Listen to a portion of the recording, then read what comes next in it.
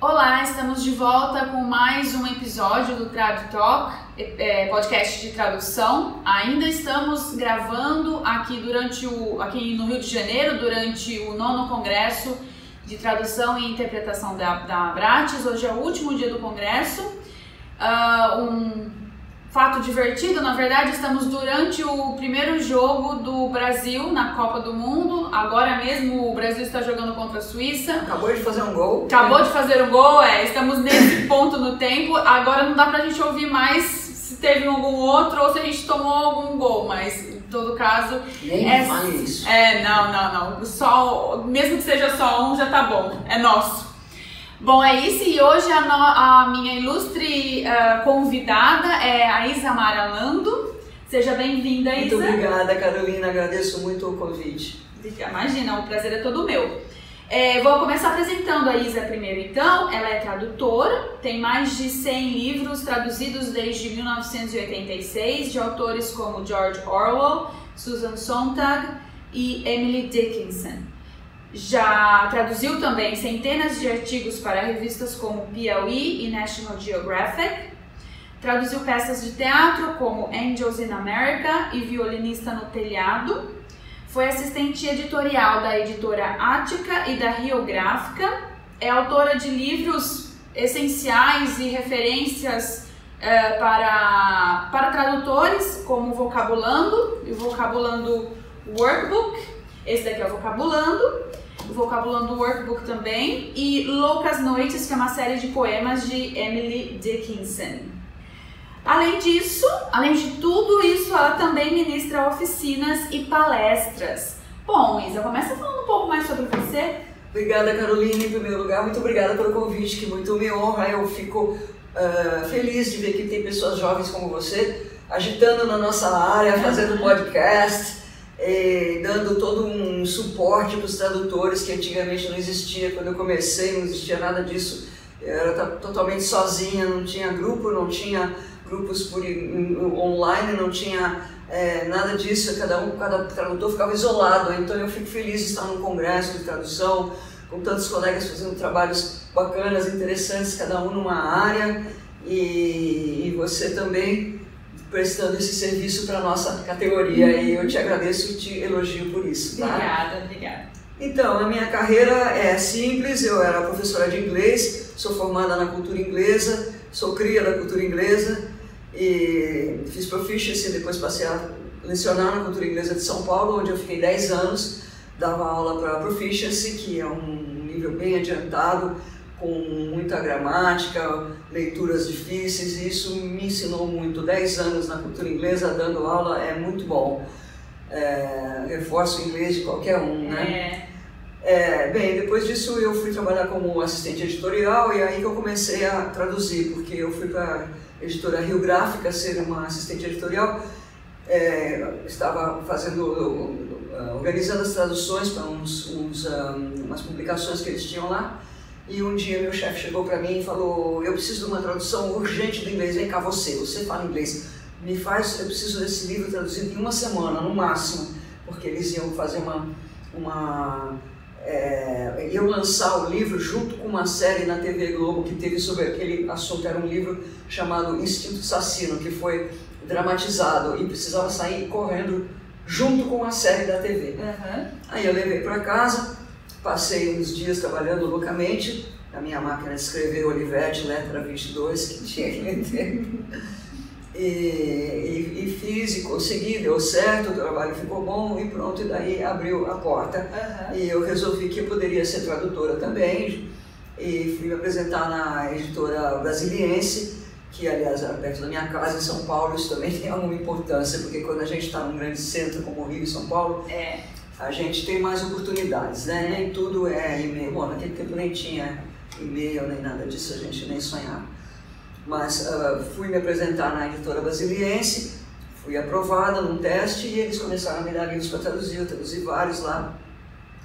Naquele tempo, o diretor editorial da Brasiliense era o Luiz Schwartz, que aí ele saiu para fundar a Companhia das Letras, e eu me orgulho de dizer que eu fui uma das primeiras pessoas que ele chamou para traduzir logo que ele lançou a companhia. E daí eu fiquei até agora traduzido para a Companhia das Letras, que é um cliente maravilhoso, é uma editora de altíssimo nível, que a gente se orgulha de traduzir para eles, né? Que tem uma excelência em todos os aspectos do livro e também no relacionamento com os colaboradores, com os tradutores, eles são extremamente éticos e respeitosos e tudo. Muito bem, então essa foi a minha carreira de tradutora até agora, tem uns 30 livros mais ou menos traduzidos para a Companhia das Letras, entre adultos e juvenil e infantil. Alguns destaques, tenho orgulho de dizer que eu traduzi George Orwell e Salman Rushdie, os autores principais que eu traduzi. George Orwell é um autor que o tempo vai passando e a gente vai vendo quem vai ficando e quem vai sendo jogado fora. George Orwell está cada vez mais na crista da onda, porque o livro dele, em 1984, está super relevante nesses tempos de pós-verdade, como dizem, né? E eu traduzi um livro do Orwell não tão conhecido que se chama O Caminho para Wigan-Pier, mas que eu gostei muito, que é uma espécie de um documentário sobre como viviam os mineiros de carvão na Inglaterra nos anos 30. Ele fez uma reportagem verdade lá, que na verdade ele foi o iniciador desse tipo de trabalho, de ir lá no meio dos mineiros. Ele desceu na mina para ver como é que eles viviam lá, e antigamente não se fazia isso, ele que começou com isso, né? Esse livro está na Companhia de Bolso, que é um livro de bolso que tem umas gôndolas assim, O Caminho para Wigan-Pier, de George Orwell. Outro livro que eu quero destacar é do Salman Rushdie, Harun e o Mar de Histórias, que é um livro que ele escreveu para o filho dele na época que ele estava foragido, né, perseguido. E é um livro muito querido, muito amado, já com muitas edições, porque é uma espécie de Alice no País das Maravilhas. É uma fábula que ele conta para o filho dele, mas que tem um significado também para adulto que lê aquilo por trás, né? Que legal. Que era do Mar de Histórias, que o Mar de Histórias secou, ninguém mais podia contar histórias. Aí o Harun vai lá ver o que está acontecendo com o Mar de Histórias, ele tem uns personagens malvados lá que não deixam ninguém contar a história, que seria uma alegoria, né, da situação que ele estava vivendo, proibido de se manifestar. Depois disso ele já ficou mais liberado. Inclusive eu encontrei o Salman Rushdie aqui na Flip, em Paraty, há uns anos atrás, quando ele veio. Outra área que eu estou me dando bem, gostando muito, é a literatura infantil e juvenil. Bem, eu traduzi vários livros infantis juvenis para a Companhia das Letras, como livros do Joseph Gardner, aquele famoso autor do Mundo de Sofia. Eu não traduzi o Mundo de Sofia, mas traduzi vários outros livros dele, como O Príncipe Sapo, Oi, Tem Alguém Aí, Ei, Tem Alguém Aí, desculpe. É um autor excelente para criança. E a partir disso tenho traduzido muitos livros para a editora Moderna, que tem um trabalho muito bom com livros infantis e juvenis traduzidos. Tem a série da Judy Moody e do Chiclete, que é o irmão da Judy. E eu já traduzi mais de 20 livros dessa série, que é uma autora chamada Megan MacDonald, que mora lá na Califórnia e é uma pessoa muito bem-humorada, que escreve uns livros muito divertidos para criança, que não fica dando sermão, lição de moral. Assim, sutilmente ela passa alguns valores muito bons, mas basicamente livros gostosos de ler, muito divertidos e que fazem muito sucesso.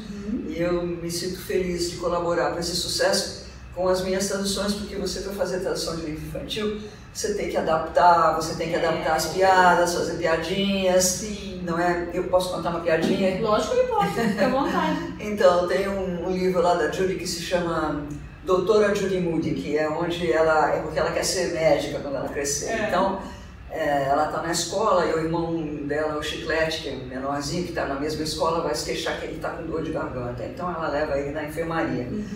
E quando chega na enfermaria, eles ficam ali esperando a enfermeira, né?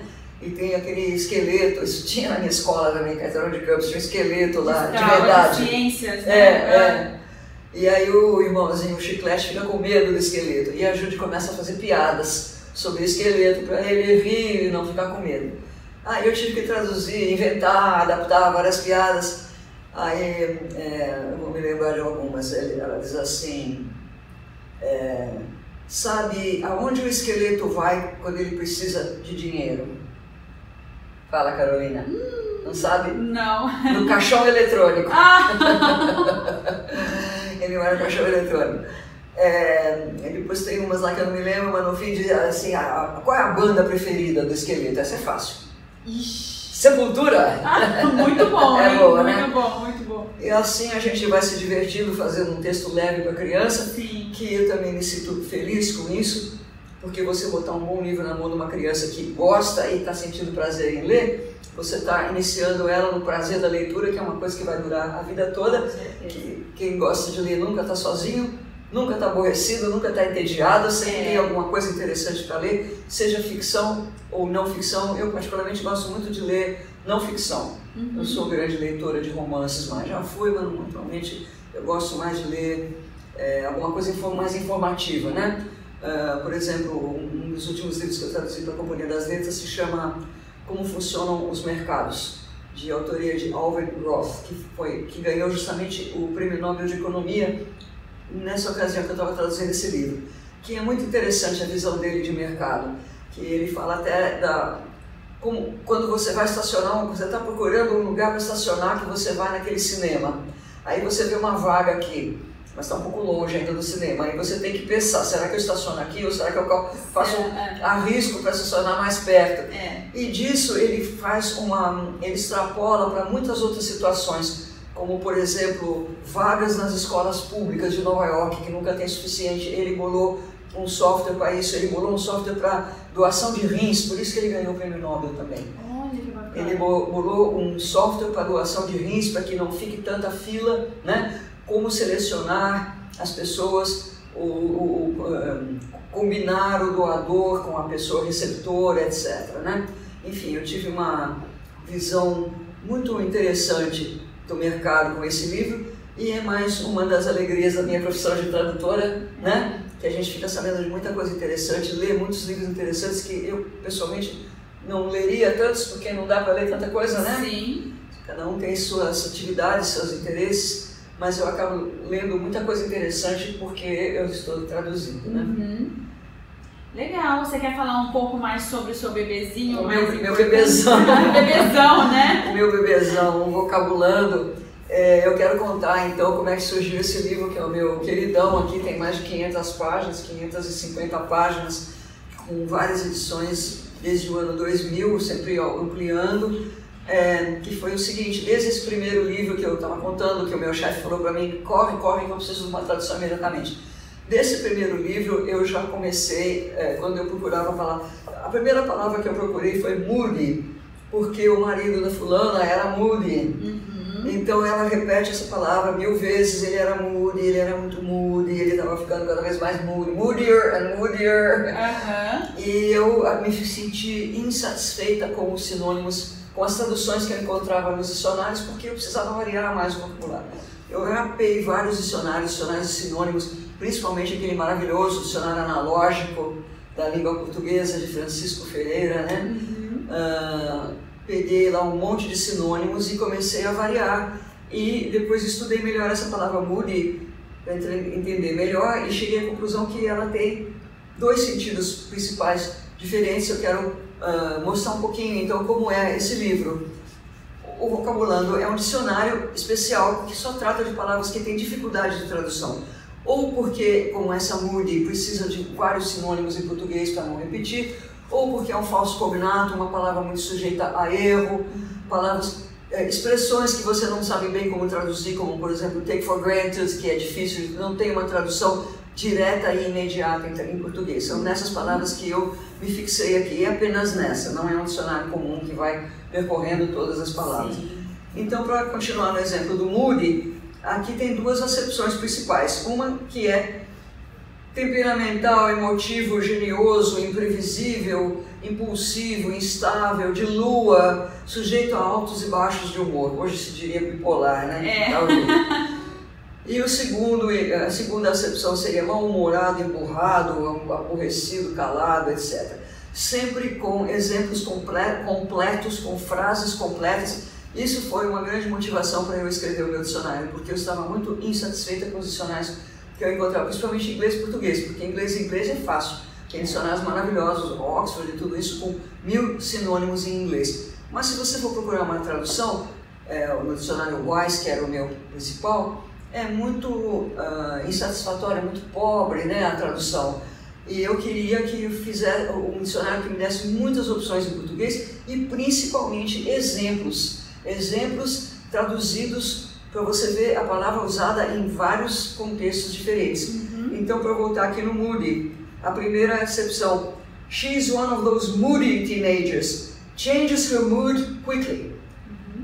Frase completa. Sim. Tradução em frase completa. Ela é dessas adolescentes temperamentais, geniosas, instáveis, de lua, muda de astral toda hora, né? Então aqui eu estou dando uma série de opções para você traduzir Moody. E na segunda acepção, essa primeira acepção é a pessoa que muda muito de humor, né?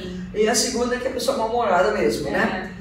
There's nothing worse than going to a restaurant and being helped by a moody waiter. Nada pior do que ir a um restaurante e ser servido por um garçom emburrado, mal-humorado, taciturno, de cara feia, de cara amarrada. Né? Então, esse foi o meu esforço aqui no Vocabulando, de tentar colocar o máximo possível de palavras que sirvam nesse contexto para que o tradutor possa escolher a que melhor se adapta ao seu caso, né? E, bom, continuando aqui na mesma página, logo depois do Moody tem o morose, onde eu dou um alerta aqui nesse quadro dizendo morose não é moroso no sentido de lento. Por exemplo, despejar inquilinos é um processo moroso. Ejecting tenants is a slow process. Certo? Ao passo que moroso quer dizer melancólico, abatido, deprimido, etc. When he left her, she became depressed and morose and started drinking and taking drugs. Coitado. Quando ele foi embora, ela ficou deprimida e melancólica e começou a beber e tomar drogas. Hoje eu não colocaria esse exemplo, porque eu não gosto de nada negativo no meu livro. Eu vou até contar uma coisa bonitinha. A minha falecida mãe, que Deus a tenha, que descanse em paz, me ajudou muito nesse livro. Ela gostava muito de português, ela falava português muito bem, era uma pessoa que foi educada na escola no início dos anos 1930, 40, por aí, quando se reforçava muito português, se ensinava muito poesias e tudo isso. Então, quando eu comecei a fazer o Vocabulando, naquele tempo era só um caderno, né? Ela começou a me ajudar com sinônimos, né? E ela escrevia listas e listas de palavras para me dar. E aí, um dia ela falou bem, põe então a palavra que é uma doença. Eu falei, não, doença eu não quero.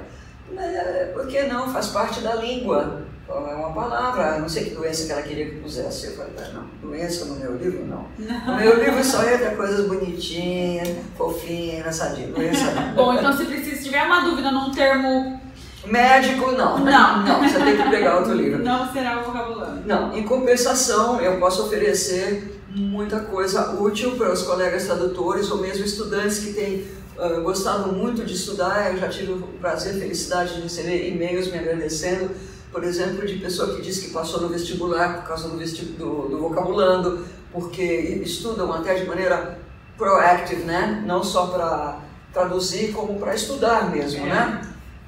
O outro que falou que passou também porque caiu uma pegadinha, mas ele já sabia, não é? Todas essas palavras que estão circuladas aqui com um quadro de alerta. Vou dar um exemplo aqui dessa palavra, essa expressão take for granted, que é difícil de traduzir, a gente não tem uma tradução direta. Eu fiz uma página inteira de take for granted, com muitos exemplos. Deixa eu ver quantos exemplos tem aqui. 1, 2, 3, 4, 5, 6, 7, 8, 9, 10, 11, 12. Tem 12 frases, exemplo, diferentes, cada uma mostrando take for granted de uma outra maneira, com outras traduções. Sim, não é? Legal. Então esse também é um forte do Vocabulando. E também os falsos cognatos, que atualmente o Vocabulando é considerado uma referência para falsos cognatos, né? É bastante citado juntamente com o prezadíssimo livro do Agenor, né? E a prática da tradução inglesa, que na verdade é uma compilação de falsos cognatos, né? Então, para dar um exemplo aqui, eventual. Eventual tem esse quadro que mostra que é um alerta para falsos cognatos. Eventual em inglês não é o mesmo que eventual em português, no sentido de acidental ou de esporádico, fortuito. E aqui vem os exemplos. our eventual aim is to create our own business. Nosso objetivo final, não eventual, é criar nossa própria empresa. Eventual em português quer dizer outra coisa, quer dizer uma coisa que acontece de vez em quando, né? E eu vejo isso muito mal traduzido muitas vezes também como eventual, sem fazer sentido, porque uma coisa é acontecer. Por exemplo, eu já vi uma tradução assim, sobre o Van Gogh. O Van Gogh foi um Van Gogh que passou de mão em mão e eventually, é muito usado esse eventually como advérbio, né? Por fim. Eventually, por fim, ele acabou sendo comprado por um milionário e tal. E muitas vezes eu vejo traduzido como eventualmente. Eventualmente não é isso. Eu posso perguntar para você, Carolina, você frequenta, sei lá, você gosta de barzinho, você vai dançar, você pode dizer eventualmente, quer dizer, uma vez ou outra, ocasionalmente, de vez em quando, não é mesmo? Que não tem nada a ver com eventually. Então eu comecei também a prestar atenção em traduções erradas que eu vejo na TV, de vez em quando no cinema, apesar que hoje em dia parece que melhorou bastante, está mais profissional a coisa.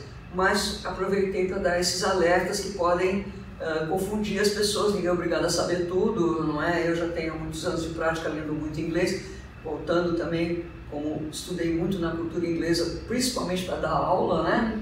Então eu já posso transmitir alguma coisa para as pessoas. Ótimo conteúdo. Isso, e tenho também o prazer de dizer que esse livro já teve muitas edições e continua sempre em catálogo, desde 2000. Né? Legal, muito bom. E aí você quer falar um pouquinho agora do livro da Emily Dickinson? Não, eu queria falar agora do livro Vocabulando Workbook, que eu não trouxe hoje porque terminaram todos os exemplares lá na lojinha. Que bom! Que bom mesmo, de capa verde, que é o Exercícios sobre 70 falsos cognatos tirados daqui, exercício de tradução e versão, onde eu convido você a traduzir frases com essas palavras, como eventually, como faculty, que não quer dizer faculdade, mas também corpo docente, professor, poucas pessoas sabem disso, né? Sim. E você traduzindo frases e também invertendo para o inglês frases com faculty, você é obrigado a usar faculty dessa maneira, como professor, né? Que não é tão comum. O brasileiro não sabe muito bem disso, mas é muito usado nesse sentido em inglês. Então, Vocabulando Workbook, o livro de exercícios que já está na 4ª edição também, muito querido, muito usado em faculdades, muito usado para pessoas fazerem autoestudo, porque tem as respostas no final que a pessoa pode ver sozinha. Isso se encaixa com a minha palestra de ontem, né, Carolina? Ontem eu dei uma palestra aqui no Congresso da Abrats, que aliás quero elogiar, um belo congresso, como sempre, muito frequentado, com boas palestras, muito alegre, é um prazer a gente ver os colegas. Com certeza. E ontem eu dei uma palestra com o título Treine como um atleta, dicas para o tradutor autodidata, né? Que são, de certa forma, a minha formação, porque eu fiz, como eu disse, eu fiz formação em inglês na cultura inglesa, não em tradução. Tradução eu sou bastante autodidata, graças aos livros de teoria do professor Paulo Ronay, e estudando traduções bem feitas e indo à luta e tudo, eu consegui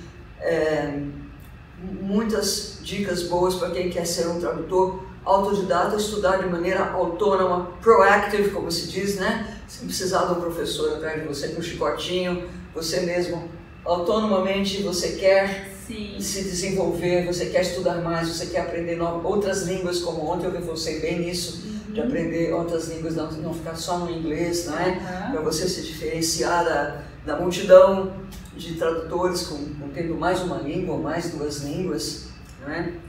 Então, isso a propósito do Vocabulando Workbook, para a pessoa poder estudar sozinho, como autodidata, né? Legal. Isso. E por fim, vou falar... Para fechar com chave de ouro. Fechar com a chave de ouro, eu vou falar desse livro que eu quero muito bem também, que é 55 poemas de Emily Dickinson, Loucas Noites, que é o título de um poema dela, Wild Nights, né? Wild Nights, que eu fiz esse livro com muito carinho, a convite do Arthur Nestrovsky, que é uma pessoa muito destacada na área intelectual em São Paulo, que me fez esse convite muito honroso de fazer um livro de traduções da Emily Dickinson, que saiu primeiro pela editora Imago e depois eu ampliei e saiu pela Dizal, que é a editora do Vocabulando, não é? Então, aqui tem 55 poemas, bilíngue, o livro, inglês e português, face a face. Não é? Para quem não conhece, Emily Dickinson é uma poetisa americana dos anos 1850, 1860, ela morreu em 1865, com 55 anos, e foi uma poetisa extremamente adiantada para a época, porque ela escrevia poemas minúsculos que hoje parecem coisas escritas hoje, né? E que na época não eram nem um pouco compreendidos e nem respeitados. E hoje ela é all the rage, ela está super na moda. Então, eu fiz esse livro que, além dos poemas face a face, eu também fiz comentários de tradução, que estão aqui no fim, um pequenino comentário sobre cada poema, como eu consegui chegar na tradução. Legal. Né? O que me deu um caminho para eu poder chegar na tradução. Legal. E também tenho, isso é legal mesmo, porque tem muita gente que se interessa, muitas pessoas da nossa área se interessam para saber o processo tradutório, né? E também uma pequena biografia dela aqui no início, porque ela é uma pessoa que teve uma vida muito especial. Vou mostrar de novo, essa é a única foto da Emily Dickinson que existe, e eu dei uma photoshopada nela. Aqui ela tinha apenas 17 anos. E eu dei uma photoshopada aqui para ela ficar com uns 30 e pouco, mais ou menos. Ah, que legal! Que ideia legal! Eu fiz esse photoshop aqui. E eu já tive também muita felicidade com esse livro, de pessoas gostarem muito, darem de presente. Isso aqui é muito bom para dar para namorada, para dar de presente para uma pessoa querida, porque é um livro que ficou muito bonito, ele é todo cheio de detalhes. E eu queria, talvez, terminar... não, eu só queria falar mais um pouquinho desses comentários de tradução. Sim, tem claro, mais um tempinho? Lógico. Eu queria só falar uma coisa para os colegas tradutores, mencionar um fato muito bonito. O que me motivou a escrever esses comentários de tradução é que, certa vez eu fui num congresso de tradução na USP, há muitos anos, e uma colega, cujo nome infelizmente eu não guardei, mas a quem eu respeito muito, uma colega que traduz do italiano, contou uma coisa muito interessante. Ela disse que ela chegou no Brasil com 9 anos de idade e falava italiano sempre em casa, conservou o italiano, né? Mas aí um dia ela pegou um livro em italiano para traduzir, e ela começou a traduzir aquele livro e falava de uma aldeiazinha na Itália muito parecida com a cidadezinha de onde ela veio. Sim. E aquilo trouxe muitas recordações que ela nem se lembrava mais, porque ela veio para o Brasil com 9 anos, ela tinha meio que deixado aquilo para trás, não lembrava mais. E conforme ela foi lendo e traduzindo o livro, foi voltando para a memória dela muitas coisas que ela já tinha meio esquecido. A árvore na cidade, o cheiro daquela comida deliciosa que a dona fulana fazia, etc. Então ela começou a fazer um diário da tradução, a par da tradução. Ela pegou o caderno e começou a fazer um diário da tradução, com todas aquelas lembranças que ela ia tendo, e também o processo dela de traduzir, como que eu vou traduzir tal palavra tão especial em italiano, que é típica daquela região, etc. E todo o processo mental dela de conseguir uma tradução, ou uma explicação, ou uma adaptação. Eu achei isso lindo, achei isso maravilhoso, é uma coisa que me deixa até emocionada, de ver tanto amor pelo ofício, pela tradução, tanto amor pela tradução. Se essa tradutora estiver, por acaso, um dia assistindo esse vídeo, por favor, entre em contato comigo, que eu vou ter muito prazer em te conhecer e te homenagear, porque devo muito a você. Talvez eu não teria tido essa ideia de achar que isso talvez não interessa tantas pessoas, mas interessa muitas pessoas. Interessa muitas pessoas, principalmente esse amor de procurar as coisas e de sentir tão fundo a necessidade de traduzir muito bem aquilo que é uma coisa querida para você. Então eu também já tive muita satisfação, por exemplo, de um amigo dizer para mim: olha, eu nunca gostei de poesia, eu sempre na escola eu achava, com perdão da palavra, não vou falar uma palavra feia, eu achava muito chato. Quando a professora mandava ler poesia, analisar poesia, interpretar poesia, coisa que não ia para mim, que eu não entendia aquele negócio, não tinha nada a ver comigo. Nunca gostei, nunca me interessei. Mas com o seu livro, que ele comprou meu livro no lançamento, como meu amigo, né? Lendo entre o original, a tradução e o comentário, eu consigo captar o que o poema quer dizer, né? Então isso me deixa muito feliz e me gratificou muito, porque o meu objetivo com esse livro era trazer a Emily Dickinson aqui no Brasil e popularizar ela mais. Existem livros de poemas da Emily Dickinson, inclusive traduzidos pelo Augusto de Campos até, que eu tive essa cara de pau de fazer o meu depois do dele, né? Inclusive vários poemas estão aqui no meu também, como famosos poemas dela, como I Died for Beauty, Morri pela Beleza, I Am Nobody, Não Sou Ninguém, não é? Mas se você for procurar, tem um site chamado Emily Dickinson em Brasil. Tem muitas traduções dela, desde Cecília Meirelles, Manuel Bandeira, que legal. Paulo Henriques Brito, né? E outros tradutores. Mas enfim, eu dei a minha colaboração. Ótimo. E eu gostaria então de Por favor, leia encerrar. pra gente encerrar. Tá bom. Eu vou ler o que dá título ao livro, porque eu achei esse título Loucas Noites, Wild Nights, bem bonito, né? É mesmo. Eu queria dizer como ela é uma autora super moderna, na época não era valorizada, porque olha o tamanho do poema dela, parece um haikai. 4 linhas, numa época em que os poemas eram longos, né? Discursivos, e ela faz assim, esse é o With thee in the desert, with thee in the thirst, with thee in the tamarind wood, leopard breathes at last. Contigo no deserto, contigo na sede, contigo no bosque de tamarindos, o leopardo respira, enfim. É lindo isso, é como se ela fosse um leopardo aprisionado, né? Sim. Mas, por fim, porque ela foi uma mulher de muitas paixões reclusas, né? Olha. Quem se interessar, eu tenho também um clipe no YouTube, se vocês procurarem Loucas Noites ou Emily Dickinson e Isa Maralando, vocês vão ver, eu gravei 5 poemas que eu leio em inglês e em português também.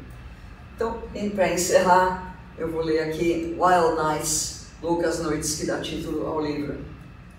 Wild nights, were I with thee, wild nights should be our luxury. Futile the winds to a heart in port, done with the compass, done with the chart, rowing in Eden, the sea, might I but more tonight in thee. Bom, a pronúncia me deixou um pouquinho a desejar aqui, mas vocês me perdoem, tá? Eu estou falando de improviso aqui. E a minha tradução ficou assim: loucas noites, estivesse eu contigo, loucas noites seriam nosso luxo, nosso abrigo. Fúteis os ventos para um coração no porto, adeus bússola, adeus carta de marear, remando no Éden, o mar, se eu pudesse esta noite em ti ancorar. Que lindo, muito bonito. Ficou bonito, né? Então, é isso. Eu quero dizer que eu sou feliz da minha profissão de tradutora, leio muitas coisas interessantes, contribuo com o meu país, dando acesso aos brasileiros a obras interessantes de jornal, revista, livro, eu traduzo um pouco de tudo, né? Não traduzo só em Emily Dickinson, traduzo muita coisa financeira, as coisas assim do dia a dia, notícias, um pouco de tudo para mim, tudo isso é muito bom, eu me sinto feliz de que a minha formação, onde meus pais investiram tanto, né? Viagens ao exterior, cursos e tudo, está valendo para eu poder devolver para a sociedade, né? Sim, com certeza. Então, convido vocês, obrigada, convido vocês a conhecer o Vocabulando, também tem um clipezinho dele no YouTube, e tenho a minha lojinha, minha livraria virtual que se chama Isa Books, que é da editora Dizal, que publica o Vocabulando, onde vocês poderão ver um resumo desses livros e comprar outros livros diversos também, não só os meus, todo tipo de livros.